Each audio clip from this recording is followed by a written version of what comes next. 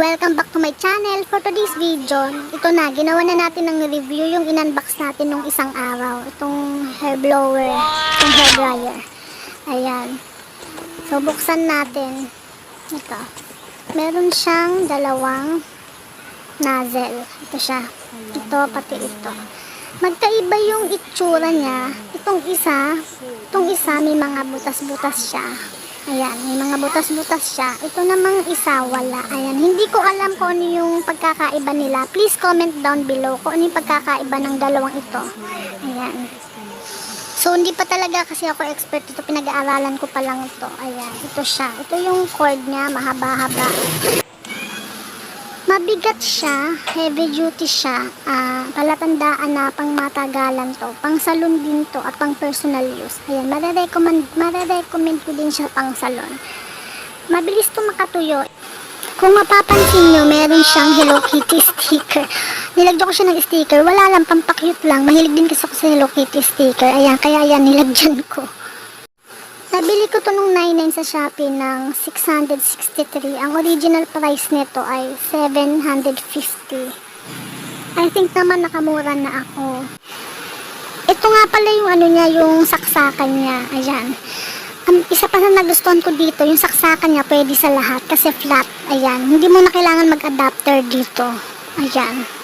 Talagang napaka-convenient at pwede mo siyang dalhin kahit saan. Talagang pinag-ipunan ko rin to kasi gusto ko matutong mag-reband at ano din kasi yon, income din kasi yon pag natuto kang mag-reband, pag natuto ka sa mga buhok-buhok. Itong itim yung on and off niya. Ayan. Ito namang red yung cold, medium, heat, tapos yung pinaka-mainit. Ayan. Ito yung hot. Ayan. Malakas ang buga niya mga bes. Ayan, ang lakas ng buga niya. Mukhang madali itong makakatuyo ng buhok. Lagay natin siya sa cold. Ayan, cold. Cold yan, malamig.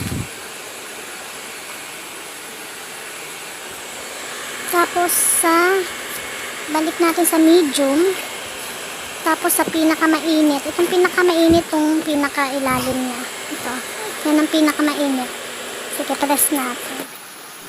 As you can see, basa ang buhok ko. Bagong ligo tayo ngayon. Kaya maglo-blower na tayo. Testingin natin.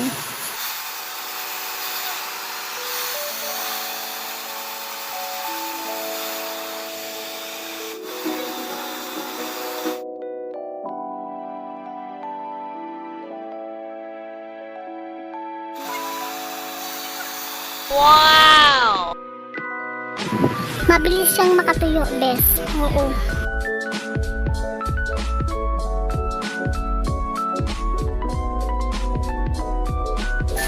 Ang ganda niya sa buhok, grabe. Hindi ko na-expect na magiging ganito nga kaganda yung yung effect niya dito. Effect niya sa buhok ko. So, ayan ito. Ayan. So, medyo natutuyo-tuyo na yung buhok natin. Parang mabilis siyang makatuyo. Yun lang ang napansin ko sa kanya.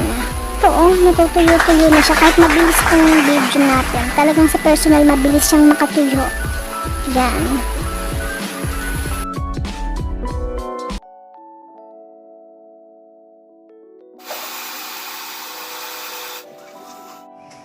Wow! Ang ganda talaga pag binilow dry ang buhok pagkatapos maligo. Nagiging maayos ang buhok at malambot. Highly recommended ko itong product na to sa mga nagbabalak na bumili ng blower. Ayan, mapag-iipunan mo to, best. Ayan, mag-abang ka lang ng sale. Makukuha mo to na mas mura pa sa 750, mga 11.99, yung mga ganun ba na sale. Makukuha mo siya sa mas murang halaga. So, ito lang ang ating video for today. Sana nakatulong yung video na ito upang makahanap ka ng murang blower pero heavy duty. Ayan. So, hanggang dito lang ang ating video. Huwag mo na rin kalimutan mag-subscribe, like, share, and comment. At i-click mo natin yung notification bell para ma-notify ka sa next vlog na a-upload ko. Salamat! Thank you! Bye-bye!